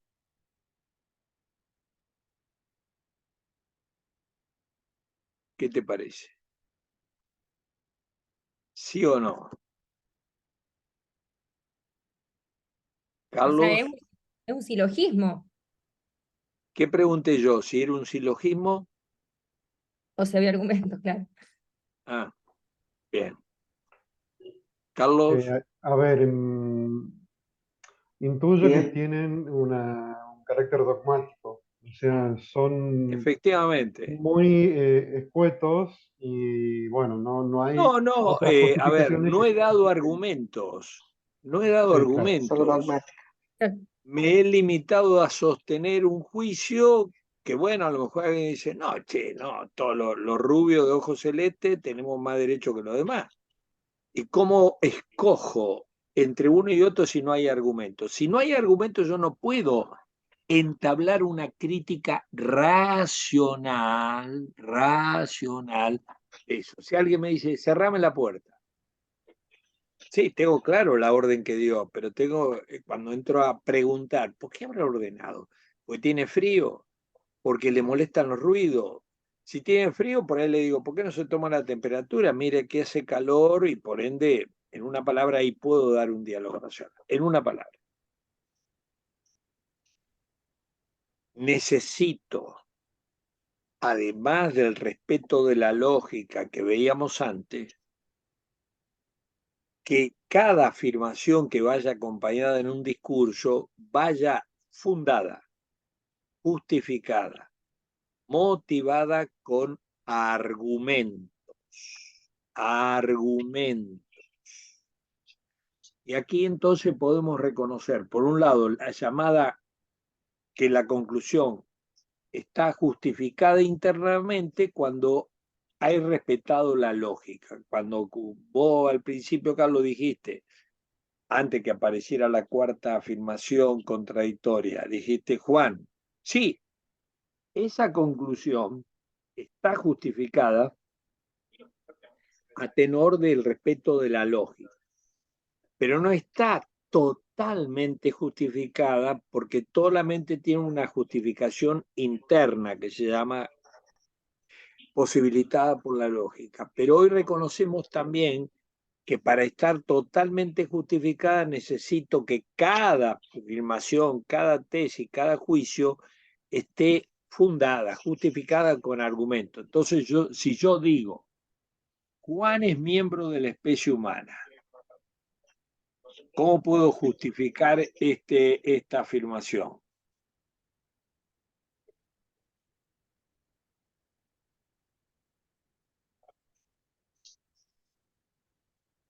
¿Qué les parece? Dando características de su humanidad. Sí, pero que el problema es ese. Lo miro y no sé si tirarle una banana o un sándwich. Entonces,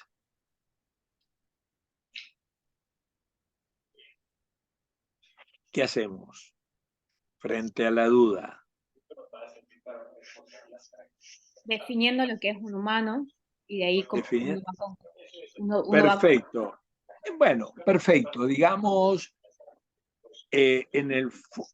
por ejemplo, recurro a un estudio de ADN. Voy a un estudio de ADN y me dice, mirá, no parece, pero le dan los cromosomas. ¿Ok? Entonces, ven, estoy justificando, ¿por qué traje a colación eso? Porque estoy justificando con un argumento no jurídico, científico no jurídico, que de algún modo se convierte en jurídico porque lo usa un juez para justificar un derecho, un deber, etc. ¿Ok?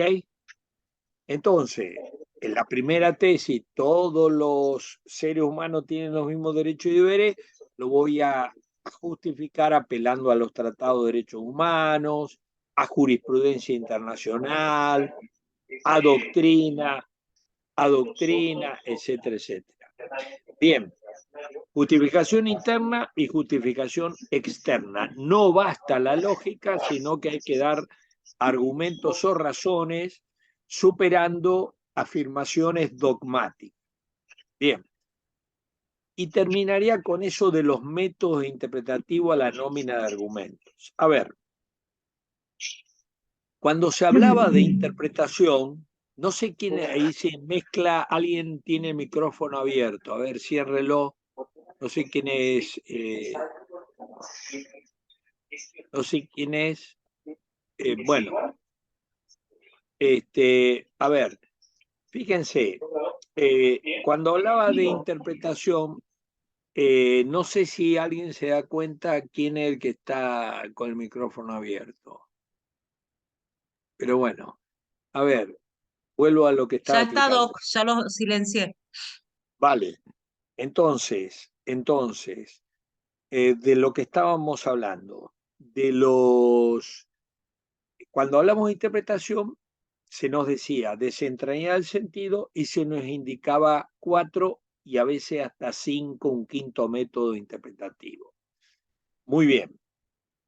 Fíjense, esos viejos métodos interpretativos hoy se han convertido en argumentos que sirven para justificar, motivar o fundar cada uno de los juicios o premisas de nuestro razonamiento.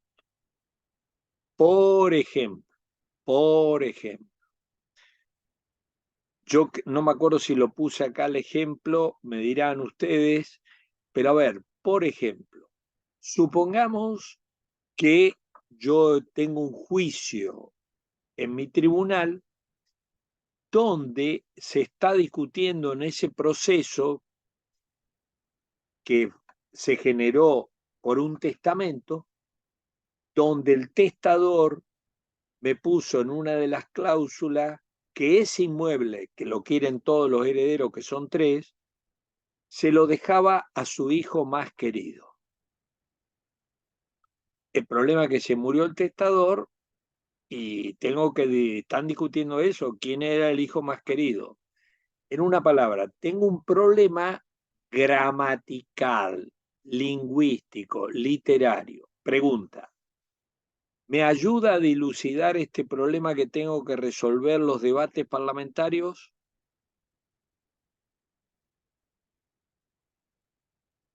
Vamos, Ana, fuerte. No. No, doctor. La doctrina escrita, todos los tratadistas civilistas, ¿me ayudan para resolver este problema? No. El único que me ayudará, y voy a decidir, tengo un problema gramatical. ¿Qué quiso decir el testador? No el legislador, no los doctrinarios. ¿Qué quiso decir el testador Juancito, cuando dijo que se lo dejaba ese inmueble a su hijo más querido? Entonces yo como juez voy a decidir. Y ese inmueble que ha estado en el centro del debate de este proceso se lo adjudico a Pedro, a uno de los 3 hijos que tuvo el testador, porque he tenido a la vista las cartas que mandaba el testador y solo las cartas que le mandaba Pedro iban acompañados con la leyenda mi hijo más querido. ¿Se entendió? Un argumento gramatical que no tiene ni la más remota conexión con lo que nos habían enseñado con el método gramatical, que había que andar con el diccionario bajo el brazo y viendo qué quiso decir el legislador, debate parlamentario, nota, todo eso no corta ni pincha. ¿Se entendió? U otro ejemplo, cómo estos argumentos también operan como argumento para las premisas fácticas. Por ejemplo, uno de esos 4 métodos era el método lógico, el origen. Hay que saber qué quiso decir el legislador cuando dijo esa norma, qué fines tuvo a la vista. Ok, método lógico, el método genético de las genes.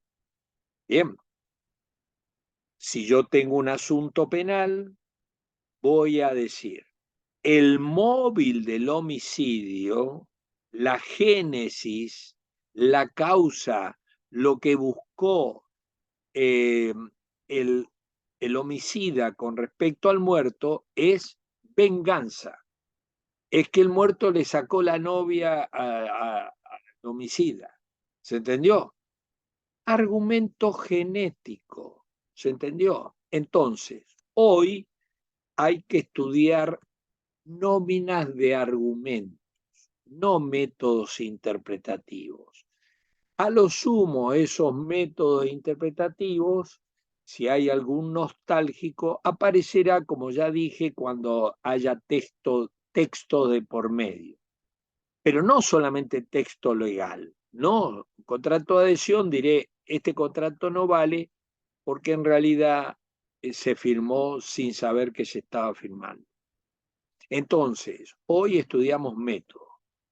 Perelman, del que hablé hace un rato, Perelman elaboró una lista de 13 argumentos. Yo,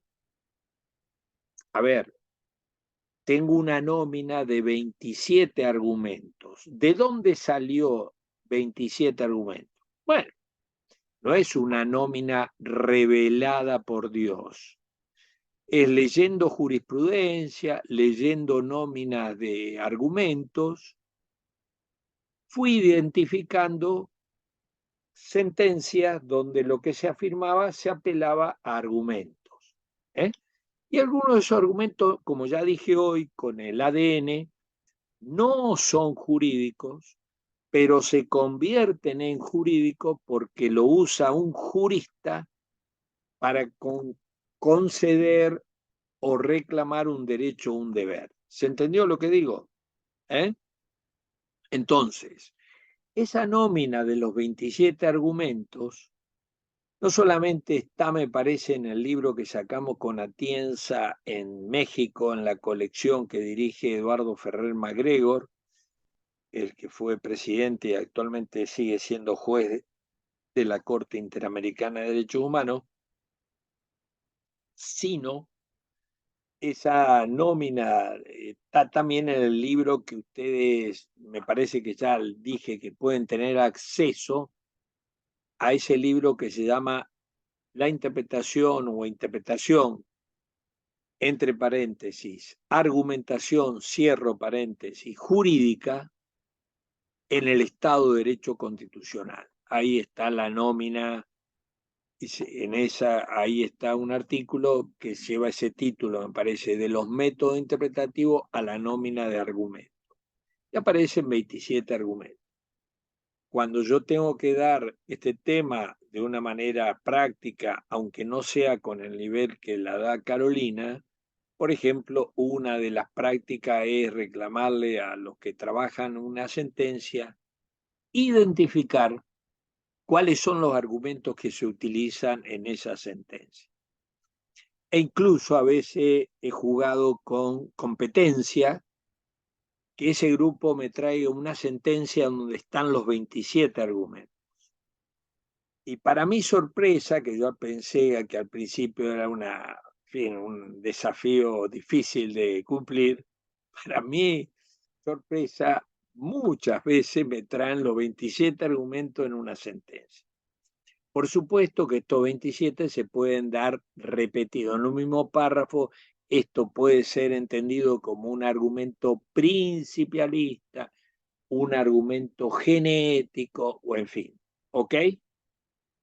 Bueno, en Vamos fin, a usar ese método, doctor. Laura González le va a pedir eso a los alumnos. me parece muy bien. Y la verdad que te digo, en fin, vas a ver, por lo menos, porque cuando vos hiciste la maestría, obviamente yo sabía menos de lo que sé ahora, como es de suponer, ¿no? No sabía casi nada, pero como me sobraba audacia, me dedicaba a dar estos temas. Ahora sé un poquito más.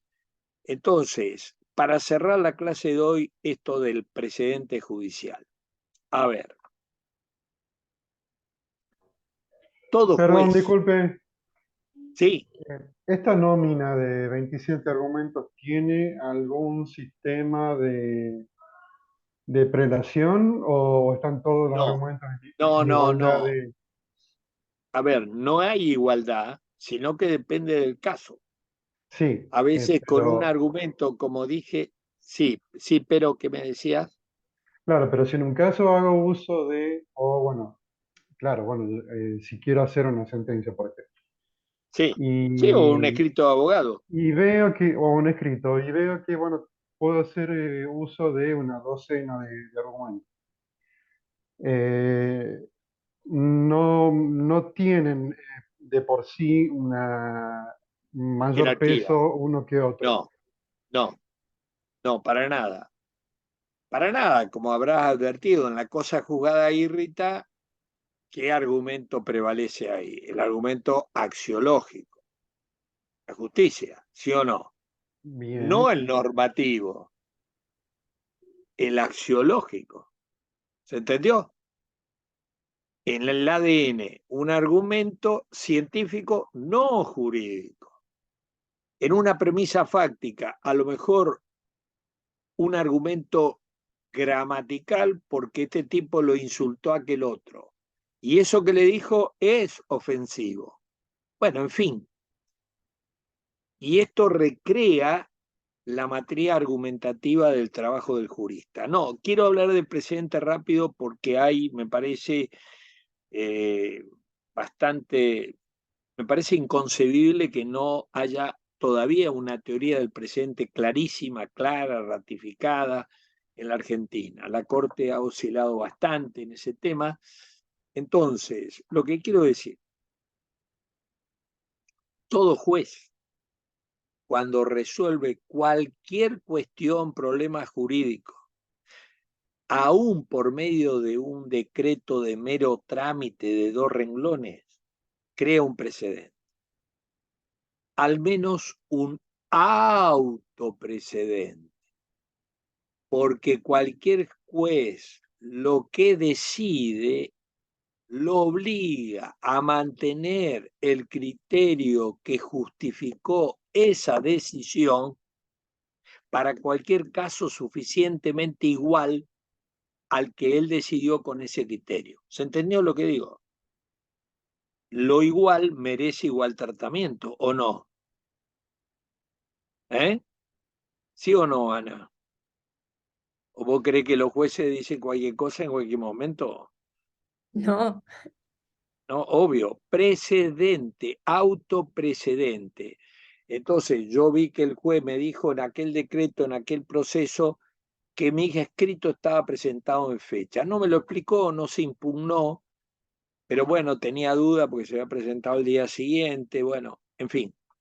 Yo en otro expediente voy a decir, señor juez, a ese juez, eso vale como mínimo como autoprecedente. La idea del precedente, que tiene muchos argumentos a favor, como mínimo está el argumento de la racionalidad e igualdad. Lo que es igual, la razón exige la misma respuesta, ¿sí o no? Y no basta el cambio de integración del tribunal para cambiar un precedente. Bueno, este es un tema importantísimo, pero como no me han dado más horas acá las chicas, termino acá y que sea lo que Dios quiera. Bueno, Laurita, Carolina, muchas gracias por Hola, la Doc. ¿Qué tal? Gracias por la oportunidad que me han dado. Y bueno, nos estaremos viendo, Dios mediante, allá en Tucumán. En unos Sí, doctor. días. Espero Muchas que gracias por su me den algo aporte. de bolilla, porque le van a chupar las medias seguramente a Tienza, a Pero todas. Laurita es fan Llamadas. suya. Laurita es Bueno, fan suya. tenés razón. Laurita va a estar conmigo y vos estarás con Manolo ahí dándole cafecito, qué sé yo. Bueno, No, muy bien, chicas. doctor, quería agradecerle muchísimas gracias por sus clases. Para nosotros es un placer tenerlo acá. Vamos a bajar todo esto que parece allá en el hipertopos Uranus, ahora en la parte práctica parece con bien. Laura, y ese va a ser nuestro desafío. Muchas gracias. Bueno, muy bien. Muchas Saludo gracias, a Veiga. Veiga, padre. Bueno, Gracias. adiós. Gracias, doctor. Adiós, hasta Gracias. luego. Nos Chao, vemos. Doc. Hasta luego, doctor. gracias, Adiós, doctor. adiós. Y a todos, bueno, mañana los esperamos a las 17.